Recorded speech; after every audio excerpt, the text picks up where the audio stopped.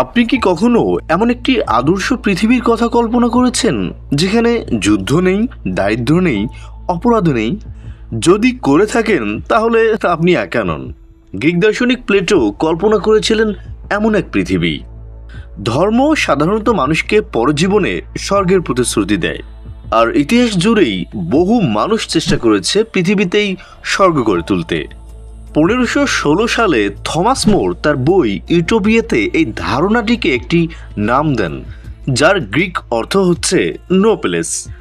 যদিও নামেই বোঝা যায় এটি অসম্ভব, তবুও বিজ্ঞানের ও রাজনীতির উন্নতি মানুষকে আশাবাদী করে তোলে যে এই স্বপ্ন একদিন বাস্তব হতে পারে। কিন্তু বারবার দেখা গেছে এই স্বপ্নগুলো পরিণত হয়েছে বিভীষিকায়, যুদ্ধ, দুর্ভিক্ষ আর দমন পীড়নে।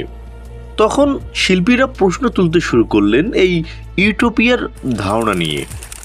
আর এভাবেই জন্ম হয় আরেক নতুন ঘরানা, যার নাম হচ্ছে ডিস্টোপিয়া। মানে এমন এক জায়গা যা আদর্শ তো নয়ই, বরং খুবই ভয়াবহ।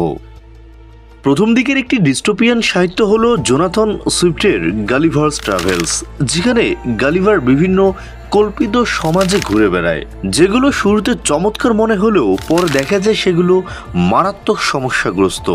যেমন ল্যাপুটে নামের এক ভাসমান দ্বীপে বিজ্ঞানীরা নানা উদ্ভট আর নিরর্থক পরিকল্পনায় ব্যস্ত, অথচ নিচের সাধারণ মানুষের প্রয়োজনের দিকে তারা বেশ উদাসীন। আবার হুইনিম নামের এক জাতি, তারা যুক্তির সঙ্গে শান্তিতে বসবাস করে, তারা মানবিক দুর্বলতাকে একদমই সহ্য করতে পারে না। এই উপন্যাসের মাধ্যমে সুইফট ডিস্টোপিয়ার একটি ছক তৈরি করেন, যেখানে সমকালীন সমাজের কোনো একটি প্রবণতা অতিরঞ্জিতভাবে দেখিয়ে তার মূল সমস্যাগুলো উন্মোচন করা হয়।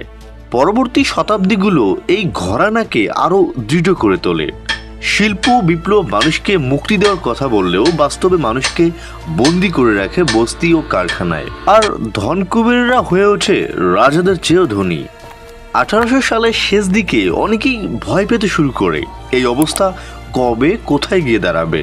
এই সময়ে এইচজি ওয়েলস তার দ্য টাইম মেশিনে ভবিষ্যৎবাণী করেন উচ্চবিত্ত আর শ্রমজীবী মানুষ দুটি আলাদা প্রজাতিতে পরিণত হবে। জ্যাক লন্ডনের দ্য আয়রন হিলে দেখানো হয় এক দানবীয় শাসক গোষ্ঠী যারা গরিবদের উপর অত্যাচার চালায়। আবার নতুন শতাব্দী নিয়ে এসে আরো চমকপ্রদ ও ভীতিকর পরিবর্তন। চিকিৎসা বিজ্ঞানের উন্নতি মানুষকে শারীরিক সীমা ছাড়িয়ে যাওয়ার সুযোগ দেয়। অ্যাল্ডাস হ্যাক্সলির ব্রেভ নিউ ওয়ার্ল্ডে সমাজের মানুষদের জেনেটিকভাবে ডিজাইন করা হয়, আর প্রোপাগান্ডা ও ওষুধের মাধ্যমে তারা সুখী থাকে। কিন্তু সেই সমাজে কিছু গুরুত্বপূর্ণ মানবিক দিক হারিয়ে যায়। তবে সবচেয়ে পরিচিত ডিস্টোপিয়াগুলো কিন্তু কল্পনার নয়, বাস্তবের। ইউরোপে যখন ভয়াবহ যন্ত্রযুদ্ধ চলে, তখন নতুন রাজনৈতিক আন্দোলন উঠে আসে। কেউ সামাজিক বৈষম্য মুছে ফেলতে চায়, কেউ চায় জাতিগত ঐতিহ্যে মানুষকে ঐক্যবদ্ধ করতে। এইসব চেষ্টার ফলাফল হয় বাস্তব জীবনের বিভীষিকাময় ডিস্টোপিয়া, যেখানে রাষ্ট্রের নজরদারির মধ্যে জীবন আর যারা ভিন্ন তাদের মৃত্যু। এই সময় লেখকরা কেবল এসব দেখেননি, নিজেরাও এসবের মধ্যে দিয়ে গেছেন। সোভিয়েত লেখক ইয়েভজেনি জামিয়াতিন তার ওই উপন্যাসে দেখান ভবিষ্যতের এক বিশ্ব যেখানে ব্যক্তি স্বাধীনতা ও স্বতন্ত্রতা পুরোপুরি বিলুপ্ত।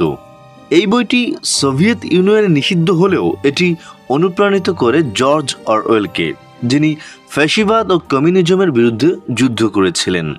অ্যানিম্যাল ফার্মে তিনি সরাসরি সোভিয়েত শাসনকে ব্যঙ্গ করেন, আর 1984-তে তিনি উপস্থাপন করেন এমন এক ভয়াবহ রাষ্ট্র ব্যবস্থা যেখানে ভাষা, তথ্য ও স্বাধীনতাকে নিয়ন্ত্রণ করে রাষ্ট্র।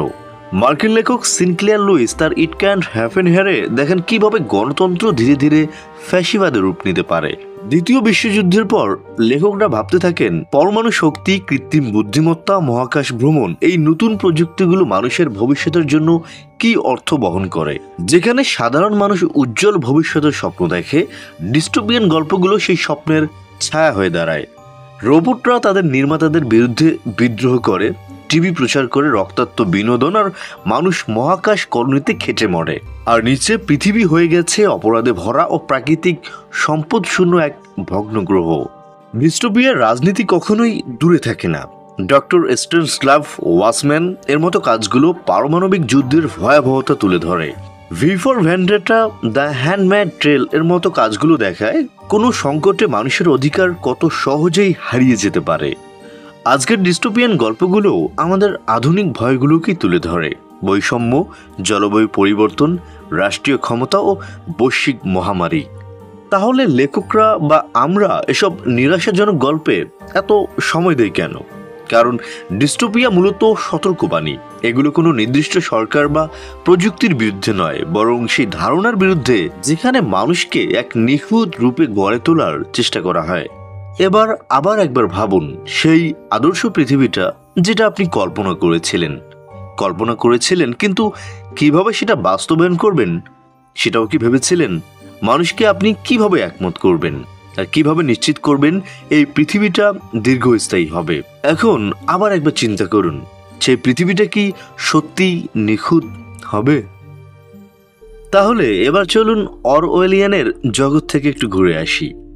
আপনি যদি কখনো খবর দেখেন বা রাজনীতির খবর অনুসরণ করে থাকেন, তাহলে অরওয়েলিয়ান শব্দটা হয়তো শুনেছেন, কিন্তু কখনো কি ভেবে দেখেছেন এই শব্দটার আসল মানে কি, বা এটা এতবার কেন ব্যবহার করা হয়?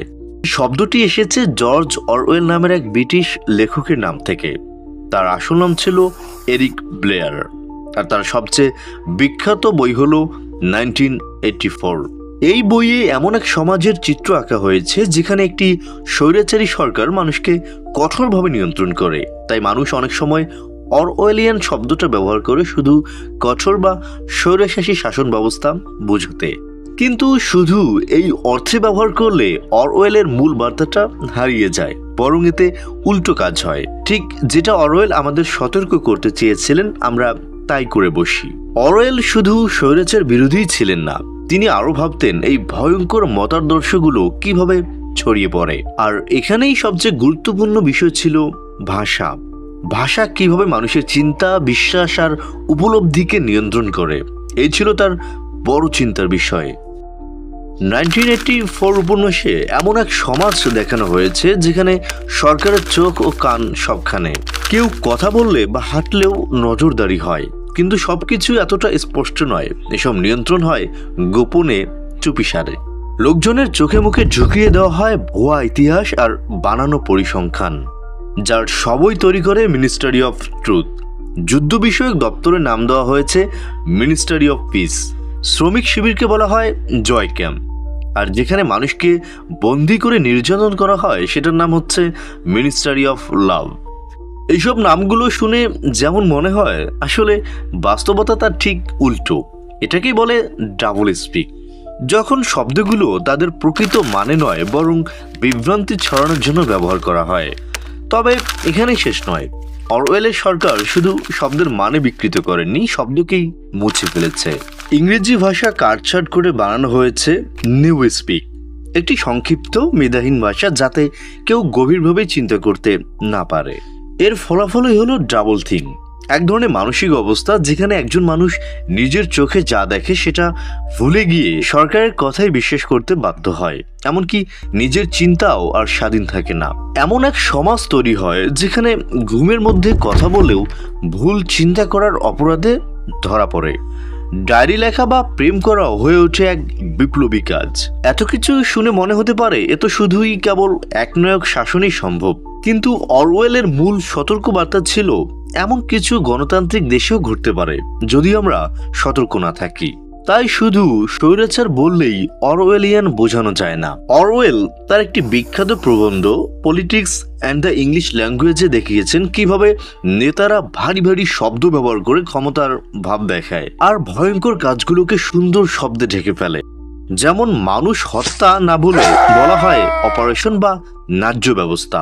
এমনকি সাধারণ বিজ্ঞাপনেও ভাষা ব্যবহার করে আপনার আচরণ নিয়ন্ত্রণ করা হয়। রাজনৈতিক প্রচারণায় ছোট ছোট স্লোগান তৈরি করে শব্দবন্ধ সবই আপনাকে ভাবতে না দিয়ে বিশ্বাস করিয়ে দিতে চায়। আমরা অনেক সময় মিডিয়া থেকে পাওয়া বানিয়ে দেওয়া কথা হুবহু বলে দেই, আমরা ভাবি না, প্রশ্ন করি না।